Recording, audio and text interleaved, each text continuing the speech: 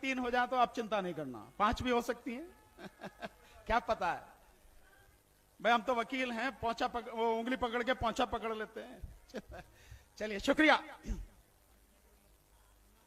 मंच पर उपस्थित और मंच के सामने उपस्थित मेरे सभी माताएं, बहनें, बच्चे, बच्चियां, मेरे बुजुर्ग नौजवान साथी, आप सभी को मेरा सत श्री अकाल, आदाब, नमस्कार, जय भीम, गुड इवनिंग। साथियों, ज्यादा नहीं, कल मैं आपके बीच में बात रखूंगा कुछ बहुत जरूरी, लेकिन आज नया साल शुरू हो रहा है। इस नए साल में आप सबको बस बधाई देने में आया हूं। तो इस नए साल में हम सभी को बहुत बहुत बधाइयां, और इस नए साल में जो हमारा आंदोलन है ये और मजबूत होगा, और जब तक हम जीतेंगे नहीं, हम बाकी सारी चीजें सोचेंगे भी नहीं, पीछे हटने की तो बात ही आप छोड़ दीजिए। जब तक जीत नहीं जाएंगे इसी तरह से संघर्ष करते रहेंगे, इसी तरह से लड़ते रहेंगे। साथियों, एक बात सिर्फ आपको बताना चाह रहा हूं, अनपढ़ प्रधानमंत्री की। प्रधानमंत्री जी बड़ी जोर शोर से कहते हैं कि जो कानून वो लाए हैं बहुत बढ़िया कानून है। मैंने बार बार कहा है कि ये जरूर कहते हैं लेकिन ये नहीं बताते कि कानून क्या है। और इस कानून को बनाने के लिए उन्होंने विदेशों से प्रेरणा पाई, बाहर से उन्हें जो है इस तरह की प्रेरणा मिली है कि ऐसा कानून लाना चाहिए।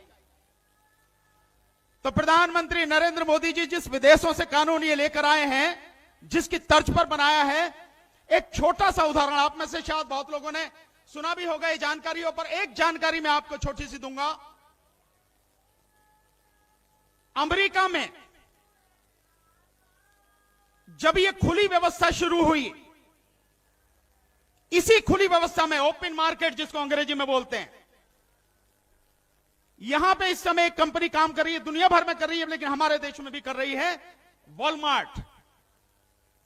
और वॉलमार्ट का कहना है कि आने वाले 2025 तक वो इस देश से जो खेती में चीजें पैदा होती हैं, यानी एग्रीकल्चर वाली जो हमारी फसलें हैं, उनका निर्यात यानी एक्सपोर्ट 10 गुना करने जा रही है। तो आपके मन में यह सवाल होना चाहिए कि 10 गुना कैसे कर लेंगे यार? क्या सारा अनाज यहां का सब बाहर ही भेज देंगे? यहां भी तो खाने वाले हैं, उनको भी तो चाहिए, सारा ही भेज दोगे वहां? 10 गुना वो करने जा रहे हैं। तो उसका कारण क्या है साथियों कि एक बाहर की कंपनी आकर यह कहती है हम 10 गुना एक्सपोर्ट करने जा रहे हैं। उसका बहुत सीधा सा कारण है कि सरकार ने वो सारी बाधाएं, वो सारे बैरियर हटा दिए जिनसे कोई एक सीमा से ज्यादा खरीद नहीं सकता था अनाज और खेती की उपजें। तो वही इसेंशियल कमोडिटीज एक्ट वाला, इसेंशियल कमोडिटीज एक्ट में यानी आवश्यक वस्तु अधिनियम में जो सुधार या जो बदलाव सरकार ने किए हैं, ये उसी का नतीजा है कि एक विदेशी कंपनी ये कह रही है कि हम 10 गुना एक्सपोर्ट करेंगे।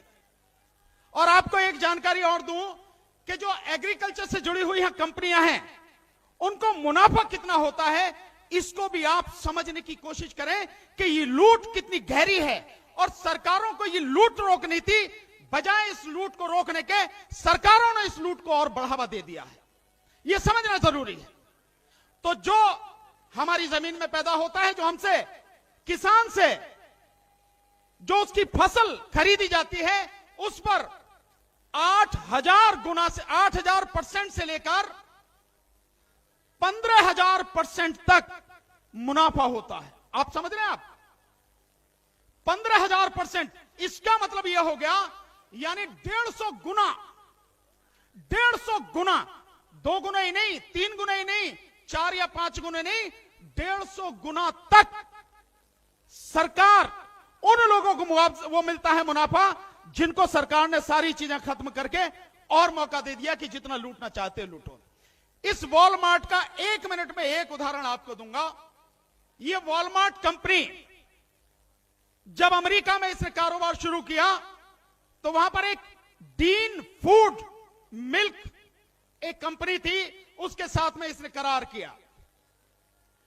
उस कंपनी के साथ में जब करार किया, उस दौरान 1970 में अमेरिका में 6.5 लाख दूध की डेयरियां थी, 6.5 लाख। और उसके बाद में जब ये वॉलमार्ट कंपनी आई, उसने उसके साथ में करार किया, तो कुछ समय बाद इसने अपना एक प्लांट उसी तरह का लगाया और धीरे धीरे धीरे धीरे वो कंपनी बढ़ती गई, जिसका नतीजा यह हुआ कि 2017 के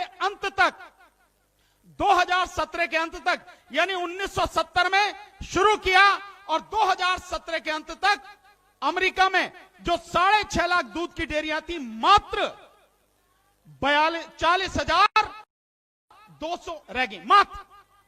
सिर्फ इतना, क्योंकि बाकी सबको इस कंपनी ने खत्म कर दिया, सबको ये खा गई।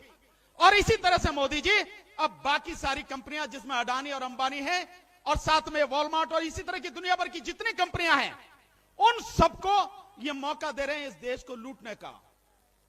तो साथियों, हम किसी हालत में भी इस देश को लूटने नहीं देंगे, इस देश को बर्बाद नहीं होने देंगे, और चाहे हमें जो करना पड़े, मोदी जी को उनके नापाक इरादों में कभी भी कामयाब होने नहीं देंगे, किसी सूरत में भी।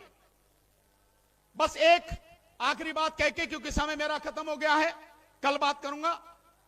इतनी ही बात कि जो यहां पर क्रिमिक जो भूख हड़ताल चल रही है 24 घंटे की, रिले स्ट्राइक जो चल रही है, हम भी निवेदन कर रहे हैं कि अगर हमें भी मौका मिल जाए, परसों यानी संडे को मैं और मेरे साथ में डॉक्टर विजय कुमार जी और हमारे साइंटिस्ट साथी हिजमराज सिंघा साहब, हम 3 लोग 24 घंटे के लिए उस रिले स्ट्राइक में यहां आपके साथ बैठना चाहेंगे, अगर हमें अनुमति दी जाती है तो। यही घोषणा और यही बात मैं आपके कहना चाहता था। एक बार फिर से आप सभी को नए साल की बहुत बहुत बधाइयां साथियों।